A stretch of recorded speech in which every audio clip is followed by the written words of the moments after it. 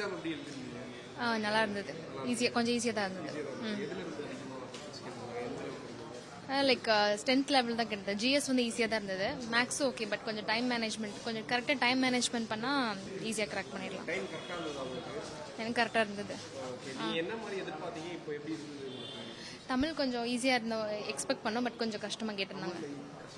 சில டேர்ம்ஸில் ஒரு சில கொஸ்டின்ஸ் ரொம்ப அவுட் ஆஃப் இதாக எங்கேருந்து எடுத்தாங்கன்னு தெரியல, அந்த மாதிரி இருந்தது. கடந்த முறை நீங்க இல்லை இல்லை, குரூப் 1 தான் எழுதுனேன். இப்போ குரூப் 4.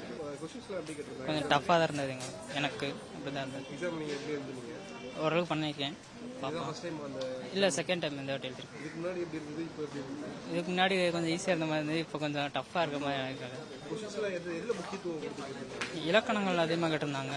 மற்றபடி இந்த இது இப்போ கரண்ட் ஈவெண்ட்ஸ் அதிகமாக கேட்டிருந்தாங்க. ஸோ இதில் அந்த மாதிரி எங்களை அதிகமாக கேட்டிருந்தாங்க. நீங்கள் எப்படி எழுதிருக்கீங்க? ஓரளவுக்கு நல்லா பண்ணியிருக்கேன். ரிசல்ட் எப்படி எதிர்பார்க்குறேன்? வரும் நம்பிக்கையோட இருக்கேன். வந்துருந்து போன முறை எதில் கேட்டிருந்தாங்க அதிகமாக? இந்த வாட்டி இலக்கணம் போது போன வாட்டி எதில் கேட்டிருந்தாங்க? போன வாட்டி இலக்கியங்கள் அதிகமாக இருந்தது. இந்த சிலபஸை இந்த வாட்டி சேஞ்ச் பண்ணிட்டாங்கல்ல. இந்த வாட்டி ஒரு 80% ஃபுல்லாகவே இதுதான் இலக்கணம் மாற்றிட்டாங்க.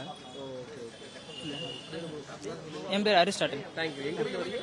நம்ம வெளியூர், இங்கே தங்கி படிக்கிறோம், அதுக்காக வந்திருக்கோம்.